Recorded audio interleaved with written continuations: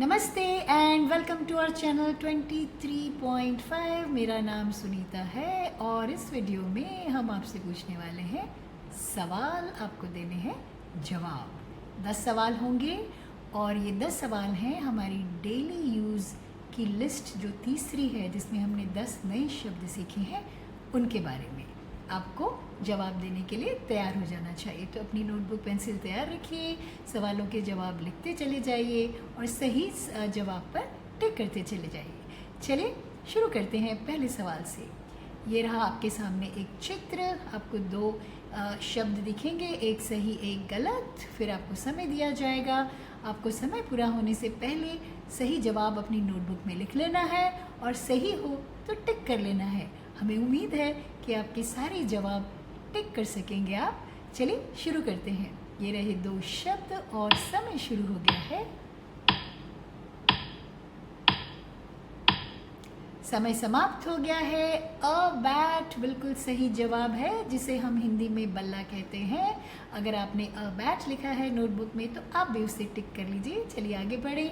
और ये रही ढेर सारी, क्या हैं ये 2 शब्द हैं आपके सामने और समय शुरू हो गया है।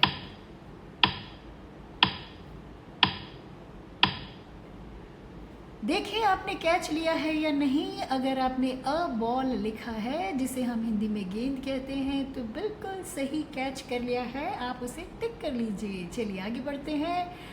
अब आपके सामने फिर से 2 शब्द आ गए हैं और समय भी शुरू हो गया है। पढ़ना शुरू कर दीजिए। समय समाप्त। अगर आपने अ बुक लिखा है तो बिल्कुल सही जवाब है, आप उसे टिक कर लीजिए। चलिए आगे बढ़ते हैं।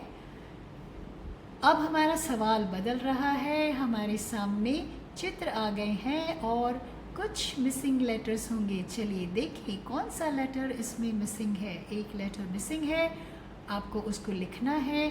सोचकर समझकर समय शुरू हो गया है।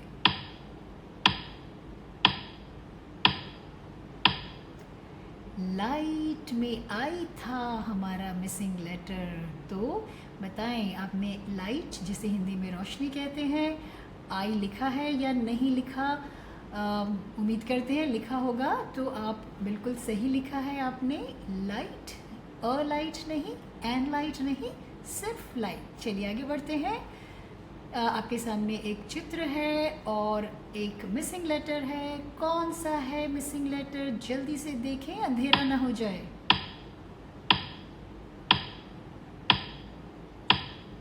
यू था हमारा मिसिंग लेटर, BULB, बल्ब, जिसे हिंदी और अंग्रेजी में हम बल्ब ही पढ़ते हैं, अ बल्ब। चलिए आगे बढ़े।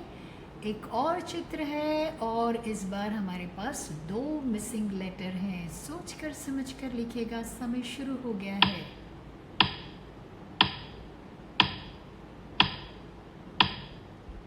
ए और ओ थे हमारे मिसिंग लेटर।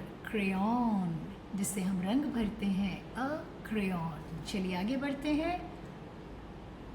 अब हम सवाल जवाब के उस हिस्से में आ गए हैं जहां आपको बहुत सोचते जाना है, ध्यान से सुनते जाना है और सोचना है कि ये कौन सा शब्द है। तो पहला तो आपका क्लू यही है, इतना बड़ा सारा ये शब्द है और इसका पहला लेटर हम आपको दे देते हैं। आपको सोचना है जो हमने डेली यूज़ की लिस्ट के शब्द सीखे हैं, कौन से ऐसे शब्द थे जो इतने बड़े बड़े थे। चलिए पहला आपको लेटर दे दें। एन है हमारा पहला लेटर। सो एन से शुरू होने वाला ये कौन सा शब्द है। तो अब हम आपको क्लूज़ दे रहे हैं जो आपको बड़े ध्यान से सुनने हैं, ठीक है। सो पहला क्लू तो ये है कि ये बड़े काम की चीज़ है। बचपन से लेकर बड़े होने तक हम हमेशा इसका इस्तेमाल करते हैं। इसको हम जब भी हम कुछ सीखते हैं, नई बात सीखते हैं, तो हम इसका इस्तेमाल करते हैं, क्योंकि ये हमें उसको प्रैक्टिस करने में बहुत मदद करती है। और क्या हो सकती है ये चीज़, बचपन से लेकर बड़े होने तक प्रैक्टिस करने के लिए, कुछ नया सीखने के लिए हम इसका इस्तेमाल करते हैं। क्या है ये चीज़। चलिए आपको एक और क्लू दे देते हैं।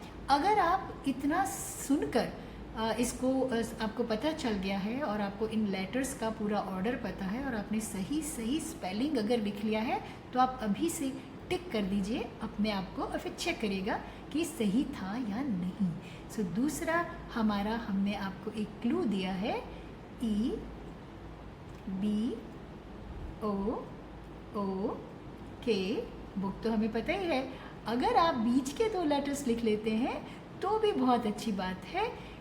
इतना ध्यान रखें कि ये वो शब्द है, एक और क्लू आपको दे रहे हैं कि हिंदी में और अंग्रेज़ी दोनों में उसको हम नोटबुक ही पढ़ते हैं।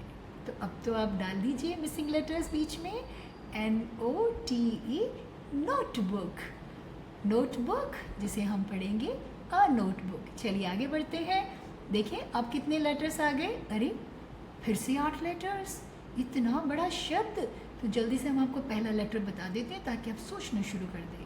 पहला लेटर है टी और अब आपको हमें ध्यान से सुनना है। तो ये भी हमारी बहुत ही काम की चीज़ है।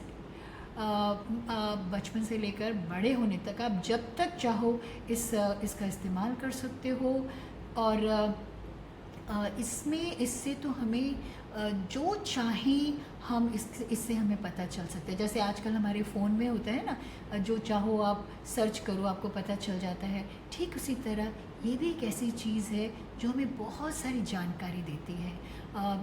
ख़ास तौर से जब हम स्कूल में और कॉलेज में होते हैं तो हिंदी और इंग्लिश और जो आप कई और भी भाषाएं सीख रहे होंगे, और गणित है, मैथ्स, साइंस, विज्ञान जिसे कहते हैं, हिस्ट्री, ज्योग्राफी, इतने सारे विषय जो हम पढ़ते हैं स्कूल में, कॉलेज में और भी बड़े होने तक, उन सब के लिए हमें जो ज्ञान चाहिए, जो हमें जानकारी चाहिए, वो हमें ये छोटी सी चीज़ देती है। ये तो हमारी बहुत ही काम की चीज़ है।